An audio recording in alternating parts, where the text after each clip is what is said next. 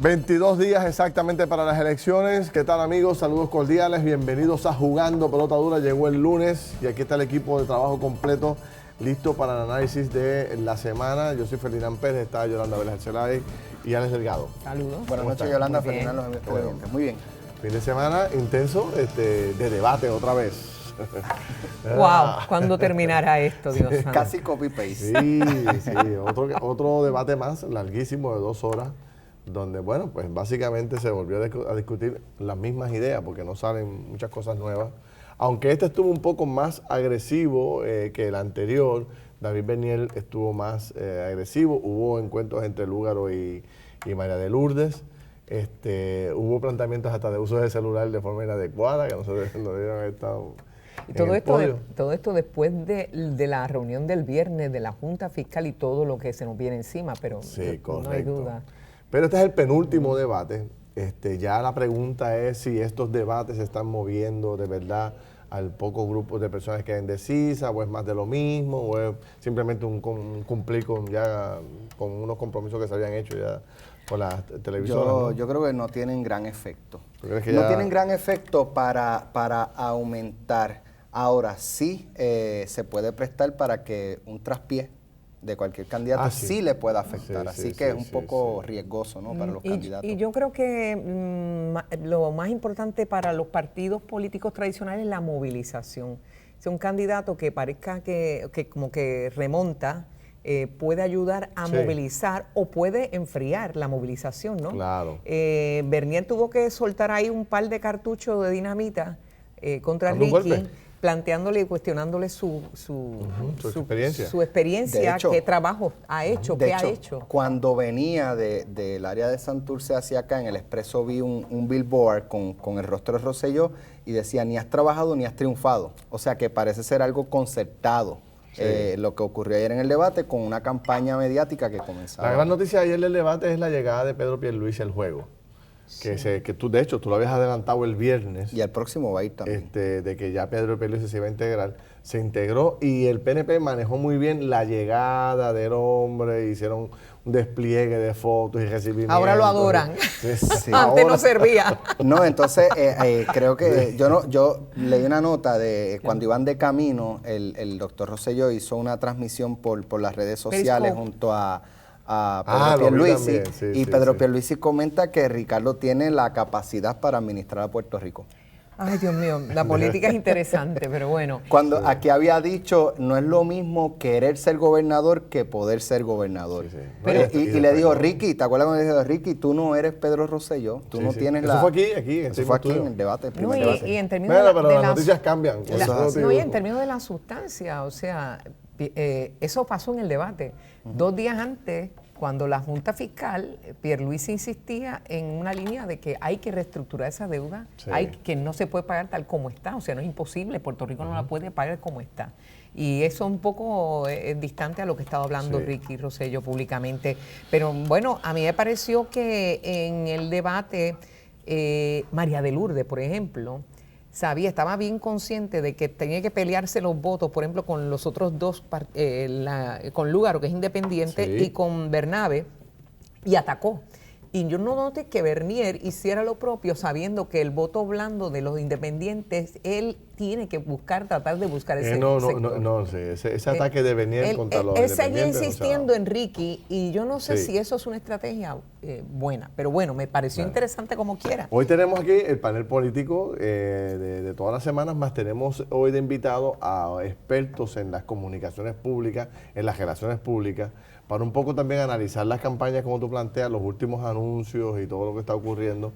Además, este último video de Alexandra Lúgaro, que básicamente rompe récord de audiencia, que lo tenemos, ya mismo lo vamos a analizar. Y la gran preocupación que subyace, más allá del frosting, de la cosa electoral, que es a qué nos enfrentamos. Y de hecho tenemos economistas, porque lo que está planteándose, el plan fiscal que presentó el gobernador ante la Junta, y fue la primera aparición del gobernador ante la Junta Fiscal, que es los que gobiernan este país, pues es que Puerto Rico, con todo y que puedan dar ayuda, le puedan consolidar agencias, puedan congelar salarios, puedan hacer 1000 cosas, vas a estar más de una década en déficit y cuidado con la recuperación, o sea, va a estar bien crítico para el país. Conversémoslo con nuestros economistas que están aquí ya. Ya está, hacían días que no venían por ahí los economistas Gustavo Vélez y Antonio Rosado. ¿Cómo están los dos? Hola, Muy bien, saludos. saludos. Buenas noches.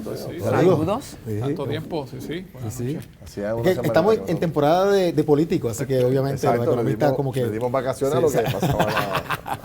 Bueno, pero el viernes hubo una primera reunión, bueno, la segunda reunión de la Junta de Control Fiscal, pero esta es la primera en la que participa el gobernador de Puerto Rico en pleno y tiene esta responsabilidad de hacer como esta radiografía del país. ¿Cómo reciben ustedes estos números que presenta el gobernador ante la Junta? ¿Son los números que ya sabíamos o hay noticias nuevas en este informe del gobernador, Gustavo?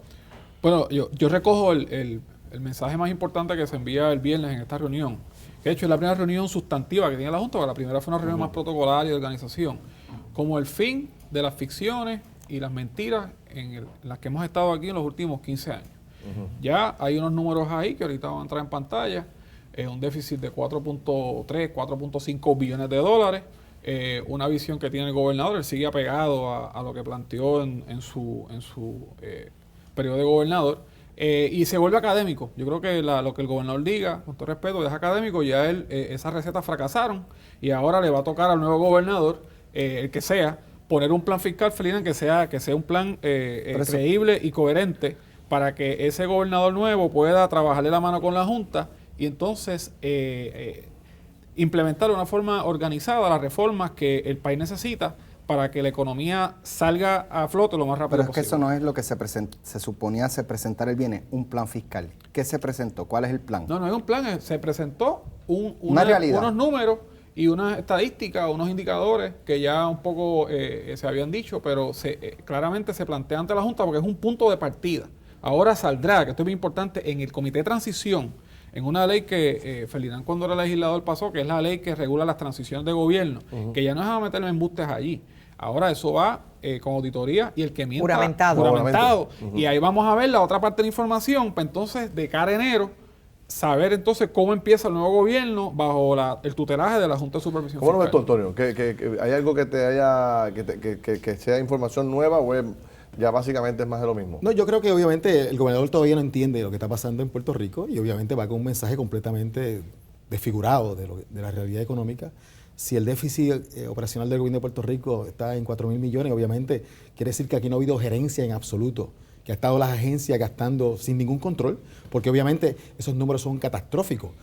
Yo creo que obviamente hace falta que estos números se auditen, se verifiquen, porque obviamente definitivamente implicaría una completa dejadez en la administración, porque no refleja nada de los presupuestos que se habían aprobado. Yo no sé si a ustedes le llamó la atención el hecho de cuando Zaragoza, hablando de los recaudos, que Carlos García, miembro de la Junta Fiscal, le pregunta que cómo es posible que los recaudos remonten a niveles históricos y que no se haya destinado nada al pago. A mí me suena un poco irónico que sea precisamente Carlos García el que le hizo la pregunta. Y como Zaragoza, de un modo casi diplomático, dice, es que habíamos perdido ya el acceso al mercado, por no decir que todos los préstamos, incluidos los de Carlos García, habían cerrado los mercados a Puerto Rico, al gobierno.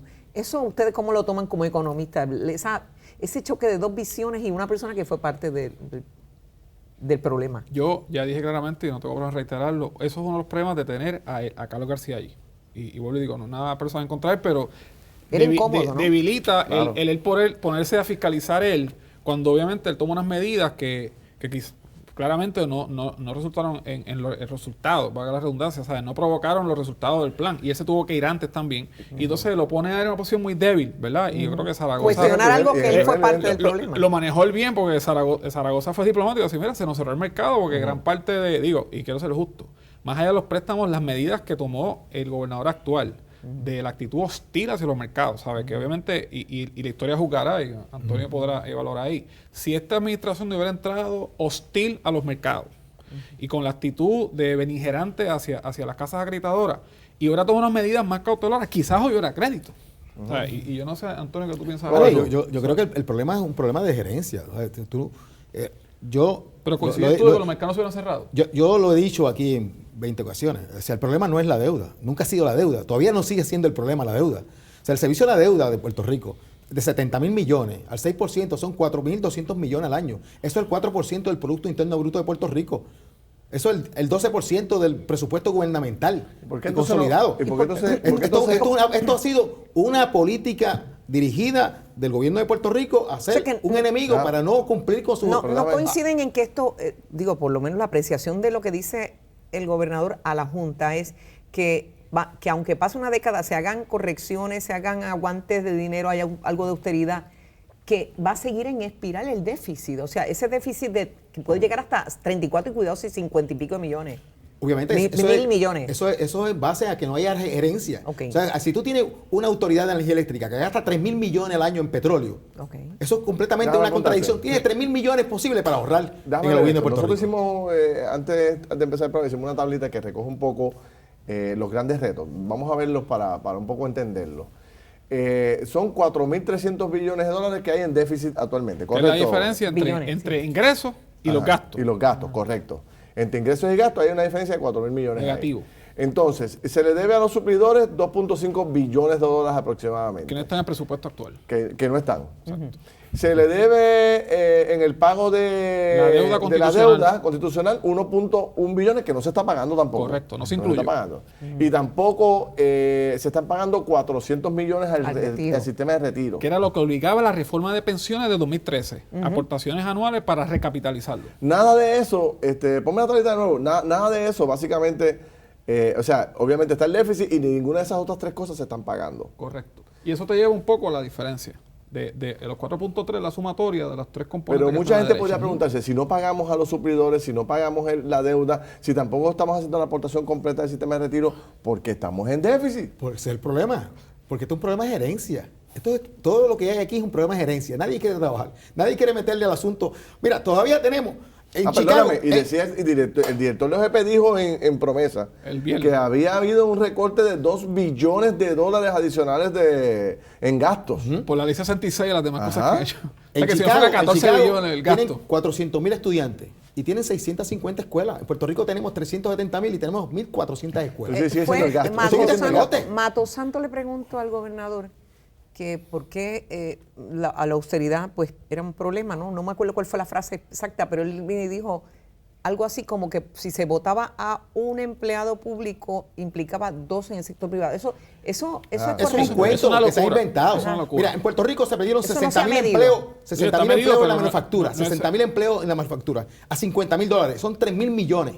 De esos 3.000 millones, una tercera parte recibió el gobierno de impuestos, 1.000 millones. Se perdieron esos 1.000 millones. ¿Y qué hizo el gobierno? Tiene la misma cantidad de empleo. No tiene ningún impacto en el empleo. ¿Cómo es posible que el sector privado impacte en el empleo? Claro, porque el gobierno te pone más impuestos. Tiene la misma cantidad, porque decían que se bajó a unos 70.000 en cuestión de 7 años. Sí, de la manufactura. A 10.000 por año. El error es ese mismo. Se ha querido vender de que el gobierno es el eje de la actividad económica de Puerto Rico. Y esa es la carga. Y esa es la carga. O sea, yo digo, yo no tengo un discurso antigobierno, el gobierno es importante, pero el gobierno puede ser el catalizador y el protagonista. Entonces, ese planteamiento de que por cada uno se pierden 2, eso es falso. O sea, el gobierno es un facilitador y el que carga aquí la economía es el sector privado. Y aquí se han perdido, como dice Antonio, 250.000 empleados privados, nadie los ha llorado, nadie los ha protestado y ahora no se puede tocar empleados públicos. Mira, lamentablemente llegó la hora de repensar el gobierno. El gobierno es insostenible. El gobierno no puede cargar con 131 agencias públicas y la austeridad es necesaria porque aquí no hay una imprenta de billetes. Pero aquí no hay imprenta de dinero. Bueno, que nos digan ellos cómo van a cuadrar el déficit. Yo quiero que me expliquen a mí cómo es posible que 3.000 millones que se perdieron en la manufactura en salario no impactan el gobierno. Y quitarle un día de trabajo al gobierno va a afectar el sector económico privado. Eso es un disparate aritmético. Destacabas el fin de semana, Gustavo, que según la ley para reestructurar nos dan hasta febrero aproximadamente y con unas extensiones puede llegar hasta mayo y que aún extendiendo hasta mayo no es tiempo suficiente para poder hacer una buena reestructuración de la deuda. Yo lo que pienso es que cuando llegue el nuevo gobernador van a ocurrir 2 cosas. Van a dar un financiamiento de $2 billones, lo que llamamos un bridge loan, los hedge funds, y van a posponer el tema de las negociaciones y van a alargar el tema de la lo que van a buscar la manera de pagar intereses y posponer el Una término moratoria principal. Una moratoria principal, que es lo que se ha planteado. Y yo creo que, Antonio, es lo que, ¿sabe? Aquí el issue es en los principales que se le han tirado encima y en un momento difícil fiscalmente hablando. Pero tú puedes seguir pagando intereses e ir moviendo los principales hacia el frente. En lo que la economía es reactiva, los principales es la parte principal de los bonos, que es la parte pesada, ¿no? Y entonces te ganas tiempo. Pero hay sentido de urgencia en la Junta. ¿Ustedes percibieron eso? Porque Ese el problema director yo lo van tengo. a dejar para el año que viene, el nombramiento. ¿Ustedes Tanta lo- urgencia con crear la Junta. sienten la urgencia en No, esa no, Junta? yo lo veo extremadamente pasivo. Hay unos problemas estratégicos en Puerto Rico, como energía eléctrica, que hay que llevarlo a fuetazo limpio para que se organice. Eso hay que Pero hacerlo. prohibieron ¿Cuál es que sea el emisiones de próximo bonos. paso Hay que cogerlo. de la Junta? El próximo paso o la próxima instrucción de la Junta que pueda provocar un cambio en el sistema del país. Pero la Junta va a dejar que llegue el nuevo gobierno. Así. O sea, la Junta, concurro que ha sido lento, pero la Junta hubiera llegado aquí a promover cosas ahora con gobierno de salida. Hay un desfase. Y un desfase político. Estuve en Washington hace 2 semanas. Sí. O sea, hay otras prioridades. Y la Junta se puso, pero la Junta va a empezar en funciones a partir de enero. Por eso es que nombran el director ejecutivo de Lo enero. van a dejar en enero y están Veo. acopiando información. Con una incógnita de lo que pasa en el Congreso en enero. Y otra allá. variable importante, correcto, también. La composición de- política allá. ¿Eso concurre? A mí me parece que la Junta debería estar mucho más activa. Lo que pasa es que recuerda que esta Junta es el producto de un Congreso republicano y un presidente Un híbrido. demócrata, y que lo que sale es Una solución política. un camello. un problema técnico. Así Sí. que obviamente no podemos aspirar a que la Junta traiga ese brío que Pero hubiésemos esperado. claramente ese déficit de 4 billones, cuadrar ese déficit, aquí va a haber sangre y sudor. Con todos los recortes y que se han lágrimas, hecho. con Por todos los eso, recortes. sí, sí, sí, Pero veo. es importante que el país entienda de que en una economía que se ha contraído 20%, hemos perdido 500,000 de puertorriqueños, pensar en el gobierno que tuvimos antes es irreal. No, entonces, Es irreal. y miembros de Promesa diciéndote que la austeridad no es el camino correcto, nos sigan cortando porque no es el camino correcto. Entonces, ¿cómo vamos a cuadrar eso? Yo no veo la fórmula. Bueno, pero se me acabó el tiempo. Gracias a los dos. Agradecidos por... claro. Tenemos que darle duro a este tema porque... El país tiene que hacerse experto en promesa. ya estamos a 20 de las elecciones. Esto hay que volver a tocarlo con más frecuencia. Bueno, cuando regresemos, iniciamos el debate con 2 senadoras o 2 candidatas al Senado de Puerto Rico. Venimos rápido.